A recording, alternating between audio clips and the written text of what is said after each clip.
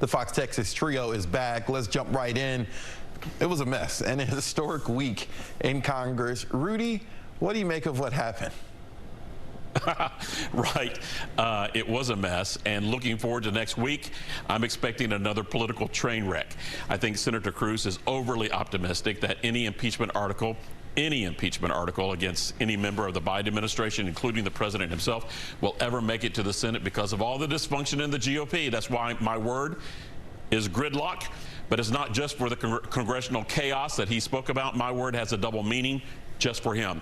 A few days ago, ERCOT put out a request for extra power generation this winter. If the Texas power grid falters this winter, you can bet Cruz's vacation trip during the last freeze-up power crisis, that's going to come back and haunt him. It's already going to be a political issue for the Democrats, whoever they put up in the general election ballot. But gridlock sure seems to be a good word for the senator right now. Greg, does the drama in the House hurt Republicans more or help Democrats more? Stephen, in my view, this is the underwhelming Republican midterm performance fully metastasized with the GOP's lunatic fringe doing what whack jobs do. Sow chaos for the sake of chaos in search of the spotlight. Any party without safeguards against internal anarchy can't help but bear the scarlet letter W for weakness. So now we as a nation have full-blown paralysis in half of the legislative branch. Not a good look for the GOP. Can the Democrats exploit the meltdown they partnered in creating? That's the big question. Hard to return to Main Street and trash Republicans for allowing a coup when you, as Democrats, teamed up with the suicide bombers to bring it about. Tell me I'm wrong. Hey, all right. Rudy, Ted Cruz pounced on the border topic when I brought it up.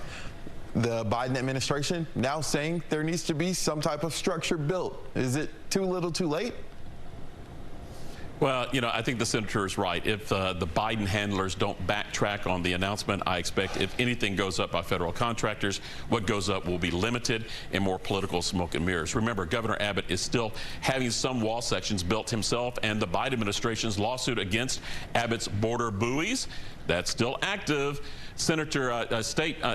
Let me try that again. Secretary of State Blinken was also in Austin Wednesday, and he was still pushing Biden's amnesty idea for undocumented migrants. So, you know, anything goes, right?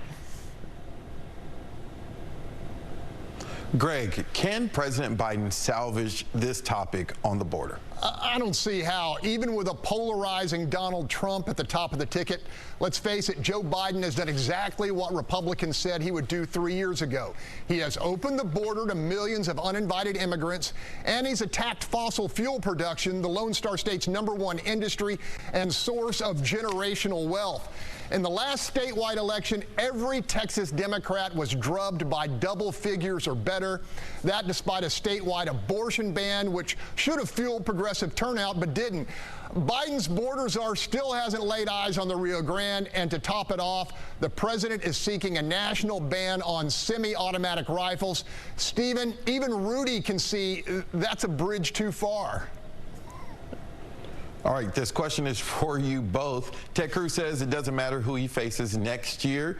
Democrats are already at a disadvantage. Rudy, you first.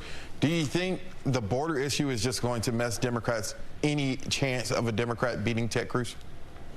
Yeah, I think Greg's wrong here. I think that there's a lot of political wiggle room to play, mainly because the GOP is looking a lot like the New Orleans Saints from the paper bag wearing days of the 1970s. Dysfunctional, finger pointing, name calling, and finding ways to grab defeat out of victory. If that's not troubling enough for Cruz and other Republican leaders, you know, the better hope the power grid doesn't lock up this winter, right? Greg, go ahead, man. Yeah, given the state's demographics, I'm guessing Cruz would rather face an African-American with limited name ID than a Latino tacking to the middle. Regardless of which Democrat prevails in what's likely to be an expensive primary, attracting 100 million seems far-fetched, given that Team Blue will be defending many vulnerable Senate seats across the country. All right, that's all the time we have. To see this episode or any of our past ones, go to our station's YouTube channels. And keep this conversation going by reaching out to us on our social media. Okay, special session starting next week with lots of hard feelings in play. We'll be covering it. In the meantime, you tell us what you think the issue is.